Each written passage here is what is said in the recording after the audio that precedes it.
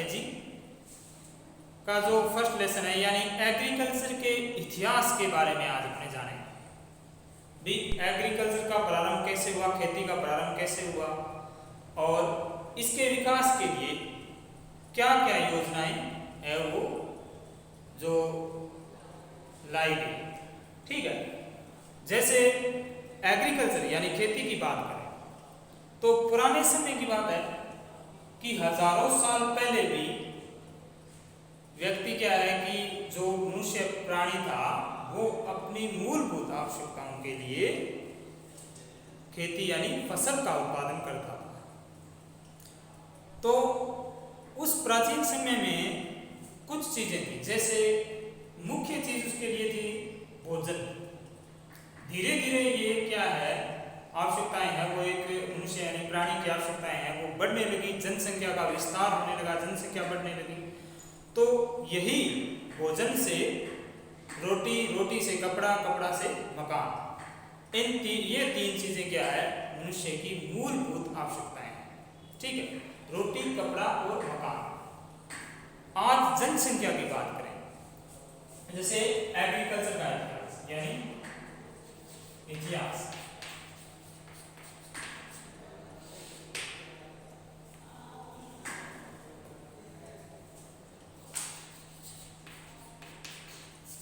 कृषि इतिहास।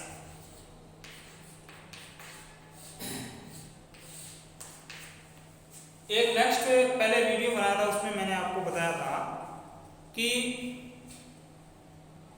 एग्रीकल्चर यानी हमारे देश की जनसंख्या का एक बहुत बड़ा भाग यानी 70% जनसंख्या, ठीक है 70% जनसंख्या यानी 70% जनसंख्या क्या है कृषि पर निर्भर।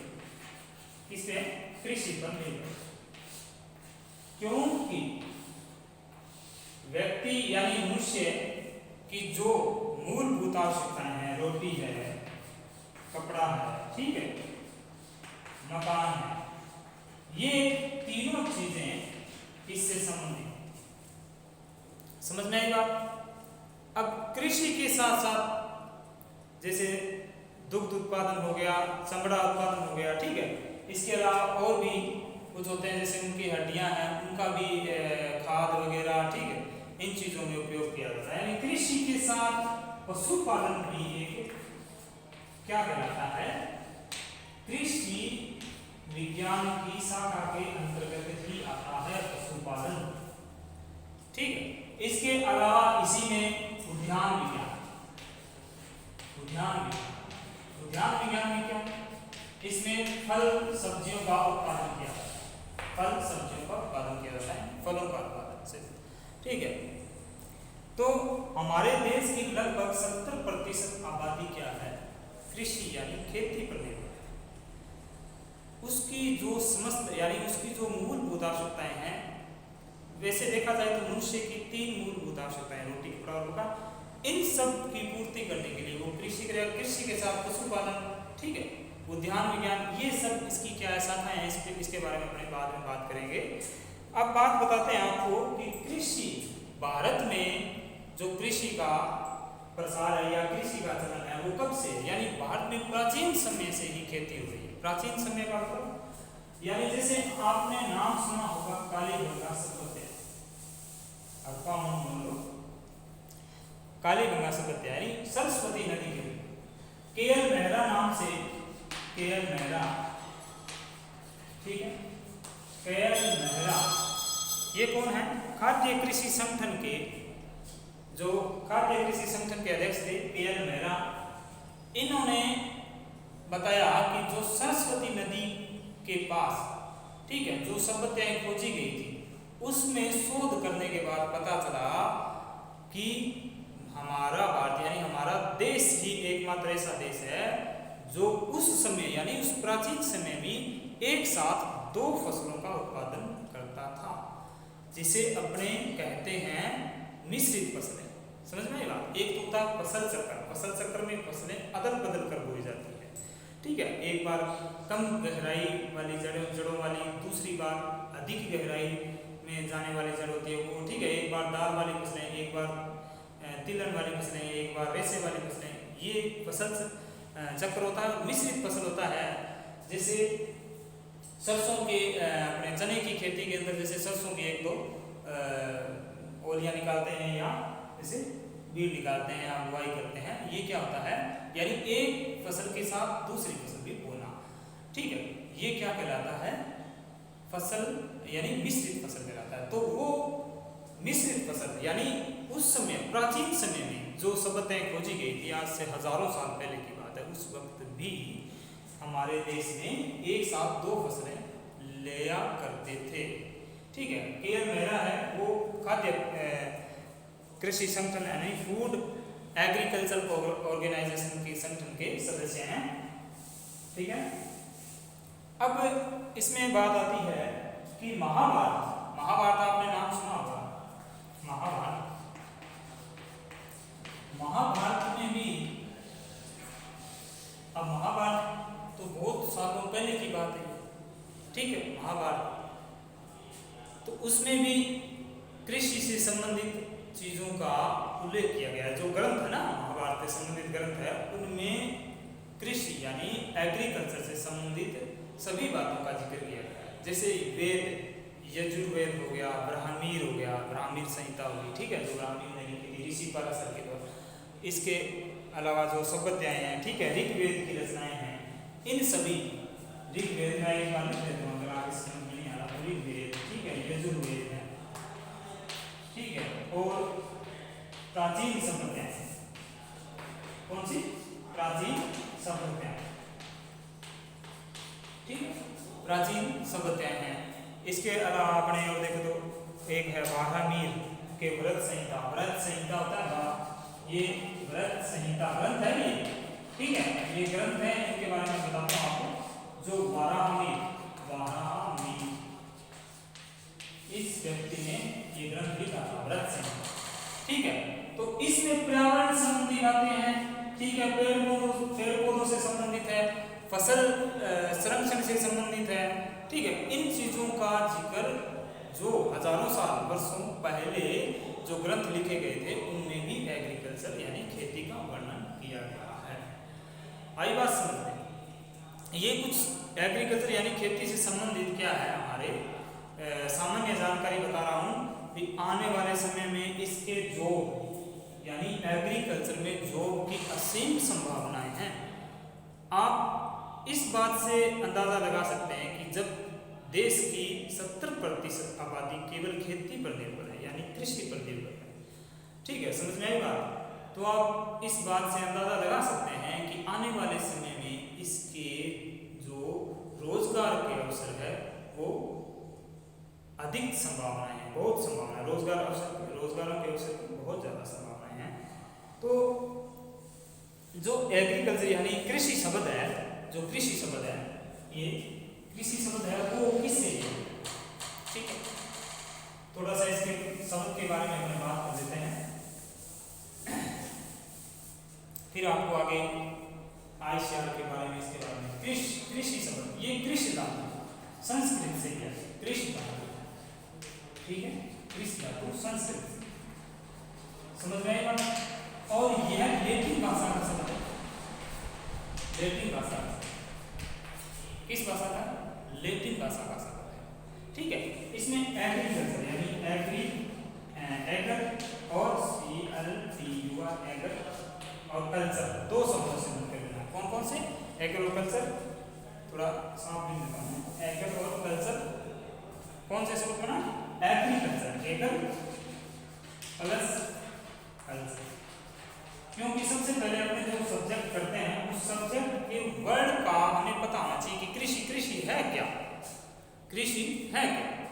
वैसे तो कृषि से नाम से ही स्पष्ट हो जाता है कि आप सब जानते हो एक फसलों मतलब उचित समय के अनुसार, ये नहीं है कि कपास के टाइम में कुछ और की बुआई करें, नहीं, समय के अनुसार फसल बोकर उससे उत्पादन लेना, ठीक है, वो क्या कहलाता है, कृषि कहलाता है। या फिर इसमें जैसे एग्रीकल्चर यानी एगर का जैसे अर्थ होता है मृदा एंड कल्चर होता है कृषि, मृदा प्लस कृषि, समझ में आएगा, मृदा प्लस कृषि। मृदा है तभी तो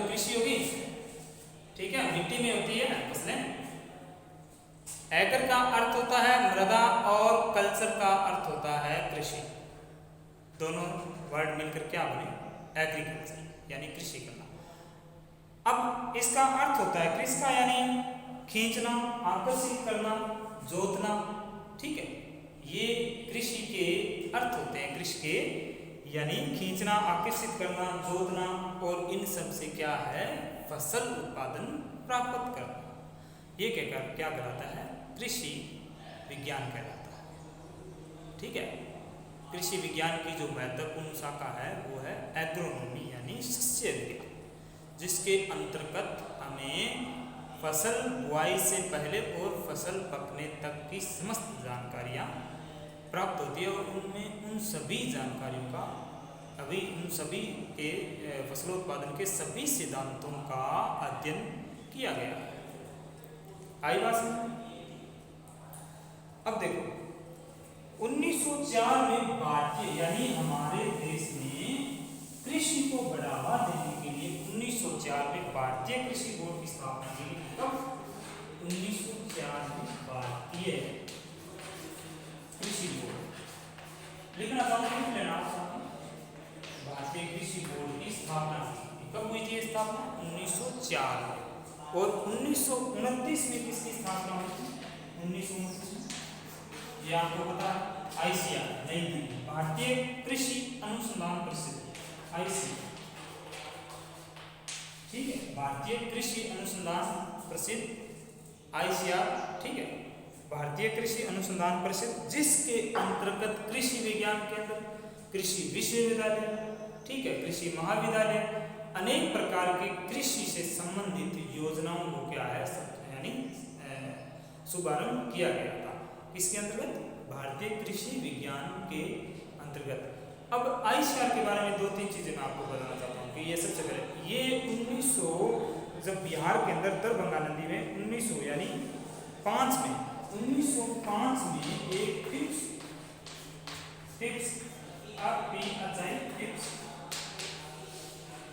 फिप्स यानी कुशा क्षेत्र फिप्स के नाम से एक प्रयोगशाला स्थापित की गई थी दरभंगा बिहार। ठीक है, बिहार का एक दरभंगा क्षेत्र है, वहाँ गंडक नदी है, गंडक नदी के नाम से उसके स्थान पर फिप्स ऑफ यूएसए वहाँ पे एक प्रयोगशाला, कृषि प्रयोगशाला स्थापित की गई थी। अब यही मैं बताता हूँ आपको कि फिप्स ऑफ यूएस के नाम से प्रसिद्ध हुआ। बाद में इसे कृषि संस्थान 1911 में क्या है? Imperial institute of agriculture, imperial institute IARI, imperial institute of agriculture के नाम से इसे क्या है? इसका नाम परिवर्तन किया गया 1911 के अंदर। ठीक है, अब इसमें एक और बताता हूँ आपको कि 1919 में रिसर्च इंस्टीट्यूट, 1919 में फिर इसका नाम चेंज किया गया। 1919 में रिसर्च इंस्टीट्यूट एग्रीकल्चर, ठीक है, एग्रीकल्चर रिसर्च इंस्टीट्यूट के नाम से परिवर्तन किया गया। यानी कि 1905 में फिप्स ऑफ यूएस, ठीक है, कृषि विज्ञान प्रयोगशाला, फिर इसका नाम बदल दिया गया इंपीरियल एग्रीकल्चर रिसर्च इंस्टीट्यूट। कब? 1911 के अंदर। फिर 1919 में एग्रीकल्चर रिसर्च इंस्टीट्यूट के नाम से। ठीक है, फिर उसके बाद मैं बताता हूँ 7 नवंबर 1936 को, 7 नवंबर 1936 को क्या हुआ कि बाढ़ आने के बाद यह इंस्टीट्यूट क्या है? क्षतिग्रस्त हो गया था। तब 7 नवंबर अगर लिखना चाहो तो लिख सकते हो, 7 नवंबर 1936 को बिहार में उस नदी में बाढ़ आने के बाद क्या हुआ कि ये इंस्टीट्यूट है वो क्षतिग्रस्त हो गया। फिर इसे दिल्ली स्थानांतरित किया गया। कहाँ पे? दिल्ली स्थानांतरित किया गया, जो भारतीय कृषि अनुसंधान संस्थान के नाम से जाना जाता है, IAR। इसका IAR, भारतीय Indian agriculture research centre, Indian agriculture research institute, भारतीय कृषि अनुसंधान, ठीक है, संस्थान के नाम से जाना जाता है।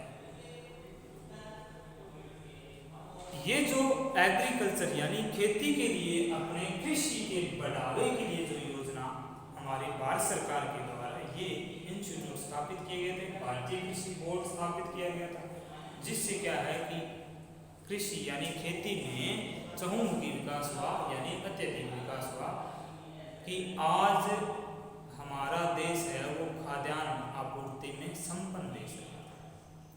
ठीक है, तो ये कुछ एग्रीकल्चर से संबंधित बातें थी।